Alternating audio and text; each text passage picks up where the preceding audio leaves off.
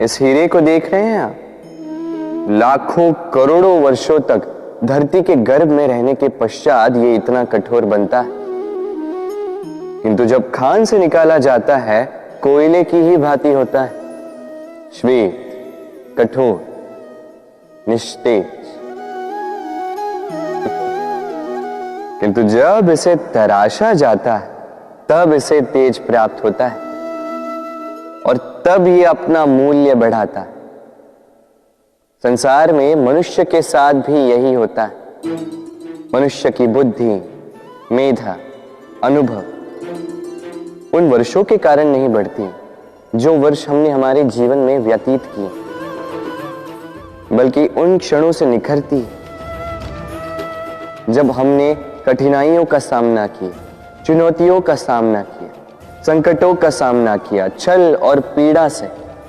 इसलिए यदि आपके जीवन में आपके सामने संकट आए, चुनौतियां आए, पीड़ा आए, तो उसे भयभीत मत होइएगा, उसका स्वागत कीजिए, क्योंकि यही परिस्थितियां आपको वो अनुभव देगी जो आपको प्रबुद्ध करे। राधे राधे। इस संसार में सबसे बड़ा पाप क्या है? कोई कहेगा असत्य, कोई कहेगा छल, तो कोई कहेगा लालच। नहीं, संसार में सबसे बड़ा पाप है नारी का असम्मान, नारी का मान भंग करना। क्योंकि ये अपराध केवल नारी के शरीर को ही नहीं, उसके मन और उसके आत्मा पर भी प्रहार करती है। फिर प्रश्न ये उठते हैं कि जिसने भी ये अपराध किया है उसे दंड क्या दिया जाए? फिर कोई कहता है शारीरिक पीड़ा, कोई कहता है मृत्युदंड। किंतु इस अपराध का दंड निश्चित करने से पूर्व क्या ये जानना महत्वपूर्ण नहीं है कि अपराधी है कौन? अब आप कहेंगे कि सरल सी बात है, वही पुरुष जिसने स्त्री का मान भंग किया। किंतु क्या ये पूर्णतः सत्य है?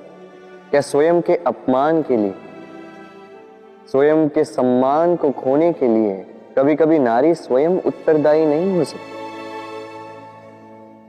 सोच के देखिए, सम्मान खोने से बचने के लिए पहले सम्मान की सीमा पर दृष्टि रखना आवश्यक है। रावण सीता का हरण इसलिए कर पाया क्योंकि सीता ने भोलेपन के कारण रावण का उस सीमा को लांघना सरल कर दी।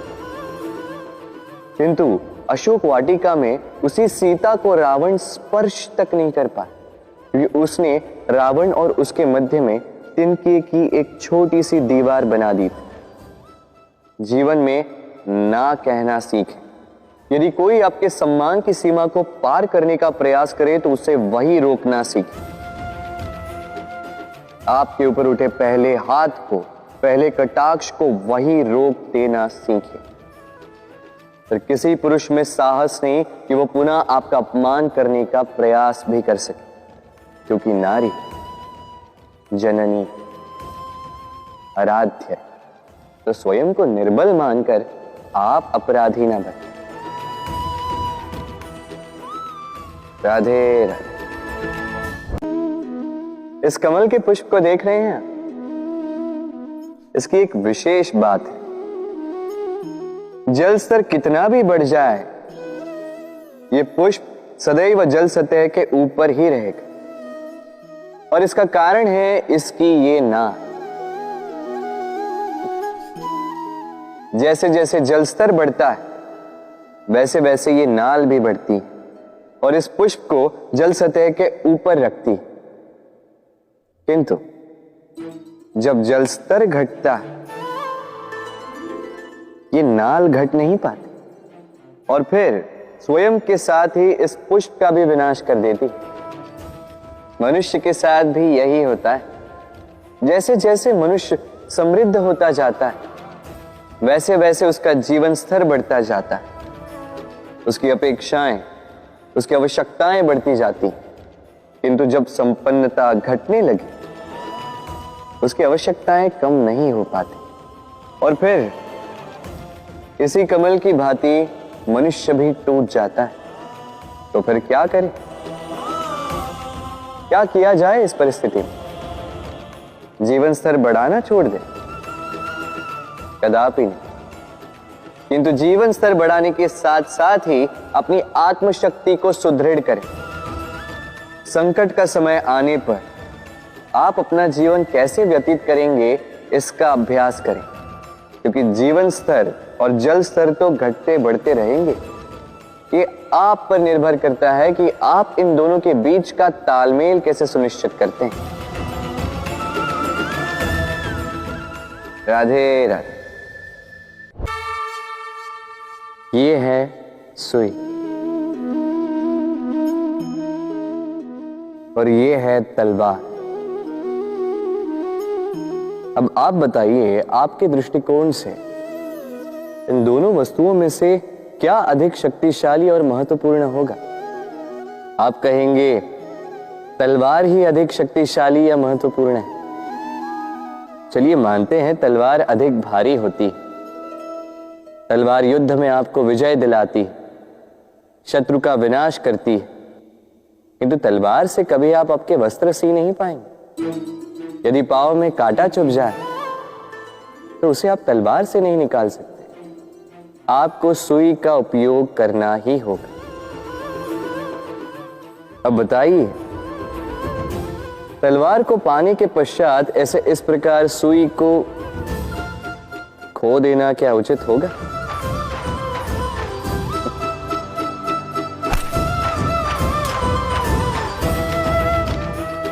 इसी प्रकार जीवन में संपन्न मित्र पाने के पश्चात आपके उन मित्रों को ना खोइए जो कम संपन्न हो, दरिद्र हो,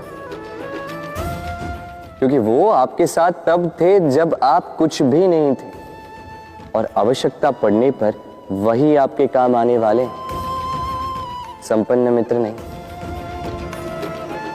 तो जिससे प्रीत की है उससे मीत निभाई, चित आनंद से जागे। राधे राधे। मनुष्य में एक बड़ा ही विशेष गुण पाया जाता है, मूल्यांकन करना। क्या महंगा है, क्या सस्ता है। जिसे खरीदने के लिए अधिक धन लगे, अधिक परिश्रम लगे, वो महंगा। जिसे खरीदने के लिए कम धन, कम परिश्रम लगे, वो सस्ता। परंतु क्या यही पूर्णतः सत्य है?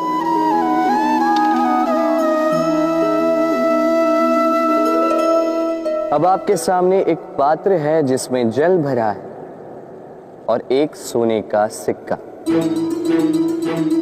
बताइए, इन दो वस्तुओं में अधिक महंगा क्या है? आप कहेंगे सीधी सी बात है, सोने का सिक्का ही अधिक महंगा होगा। इस सोने के सिक्के से आप ऐसे कई सारे जल के पात्र खरीद सकते हैं। चलिए, उचित है। अब सोचिए, यदि आप किसी मरुस्थल के बीचों बीच फंसे, प्यास से तड़प रहे, तब क्या महंगा होगा?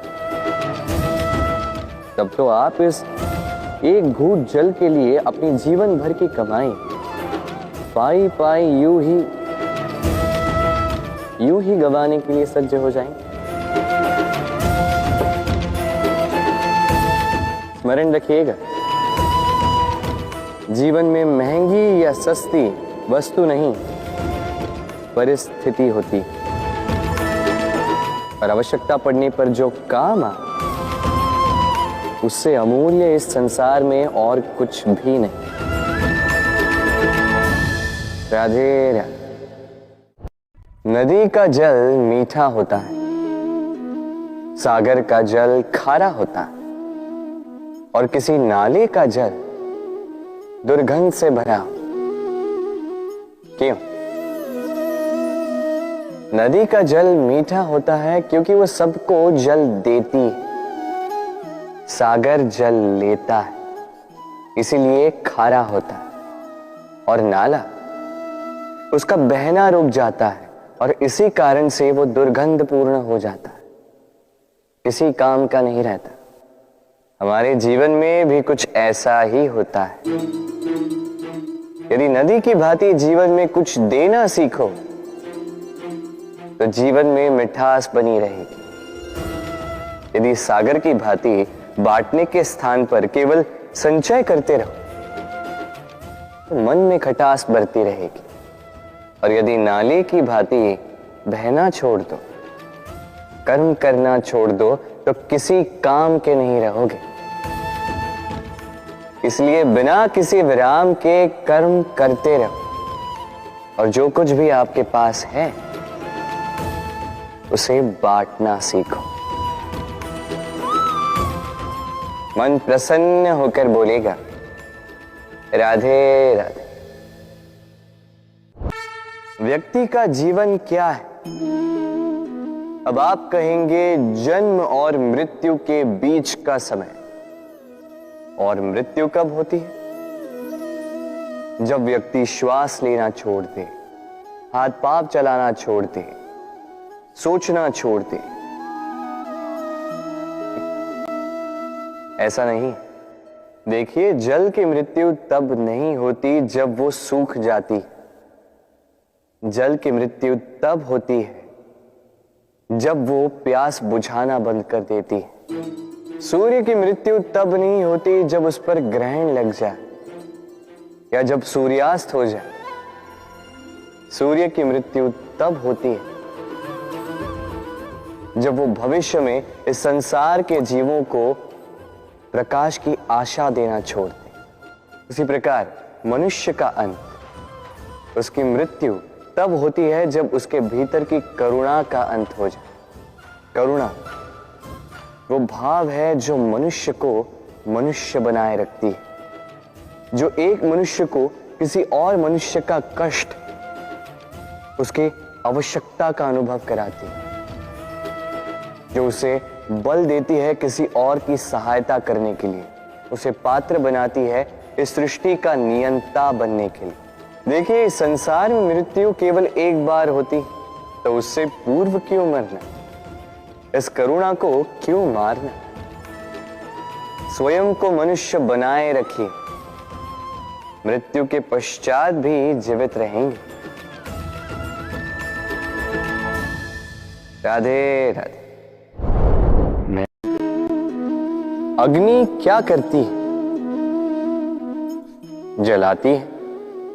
फिर चाहे वो लकड़ी हो, कोयला हो, वस्त्र हो, जो भी आप अग्नि में डालोगे वो भस्म हो जाएगा। किंतु सोना, यदि आप सोने को अग्नि में डालोगे तो वो कुंदन बनकर अपना अस्तित्व निखार लेता है। यदि आप लोहे को ताप दो तो वो फौलाद बन जाता है। क्यों? क्यों होता है ऐसा? क्योंकि उनके भीतर की अग्नि उनको जलाने वाली अग्नि से अधिक तीक्ष्ण होती। ये अग्नि है निश्चय की, ये अग्नि है पवित्रता की। यदि आपका निश्चय दृढ़ हो, आपके विचार पावन हो, तो कुंदन बनकर निकलोगे, फौलाद बनकर निखरोगे, भीतर से बल पाओगे और कोई आपके साथ अनिष्ट नहीं कर पाएगा। राधे राधे।